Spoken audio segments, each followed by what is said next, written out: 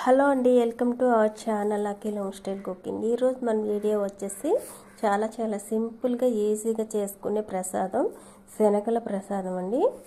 ఈ శనగల ప్రసాదాన్ని నానబెట్టి ఉంచుకుంటే 5 నిమిషాల్లో అయితే చేసేవచ్చు. మరి ముందుగా ప్రాసెస్లోకి అయితే వెళ్ళిపోతాం. ఫస్ట్ వచ్చేసి ఒక బౌల్ అయితే తీసుకుని దానిలోకి వాటర్ అయితే తీసుకోండి. 1 కప్పు వరకు శనగలు అయితే వేస్తున్నాను.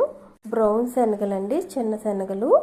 ఇవి వచ్చేసి మనం ప్రసాదం కింద చేసుకోవాలనుకున్నప్పుడు నైట్ అయితే నానబెట్టేసుకోండి. మార్నింగ్ అయితే ఈ విధంగా నానతాయి. చూడండి, ఇలా నానిన ఈ శనగల్ని 1-2 సార్లు శుభ్రంగా కడిగేసి ప్రెషర్ కుక్కర్లో అయితే ఉడికించేయండి.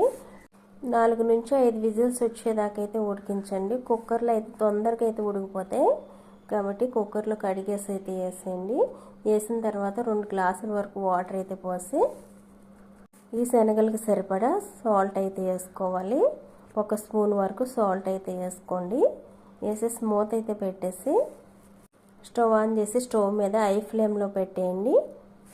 4 నుంచి 5 విజిల్స్ అయితే రావాలి. 5 విజిల్స్ వచ్చిన తర్వాత అయితే చూపిస్తున్నాను. శనగలు అయితే చాలా బాగా అయితే ఉడికాయండి.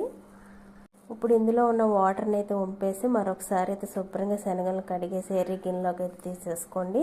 నెక్స్ట్ వచ్చేసి శనగలను తాలింపు అయితే పెట్టేద్దాం. స్టవ్ ఆన్ చేసి ఒక కళాయి అయితే పెట్టి దానిలోనికి 2 టేబుల్ స్పూన్ల వరకు ఆయిల్ అయితే పోసుకోండి. ఈ ఆయిల్ కొద్దిగా వేడైన తర్వాత దీనిలోకి తాలింపు దినుసులు అయితే వేసుకోవాలి. మినపప్పు, ఆవాలు, పచ్చెనగపప్పు ఈ 3 కలిసి 1 టేబుల్ స్పూన్ వరకు అయితే వేసుకోండి. అలాగే 1 అర స్పూన్ వరకు జీలకర్ర వేసుకోండి. ఇవి కొద్దిగా ఫ్రై అయిన తర్వాత ఇందులోకి 2-3 ఎండుమిర్చి అయితే తుంచి అయితే వేసుకోండి. 1 కప్పు శనగలకి అయితే ఈ క్వాంటిటీ అయితే చెప్తున్నానండి. మీరు ఎక్కువ తీసుకున్నట్లయితే కొంచెం ఎక్కువ అయితే వేసుకోండి ఇంగ్రీడియంట్స్ అన్నీ.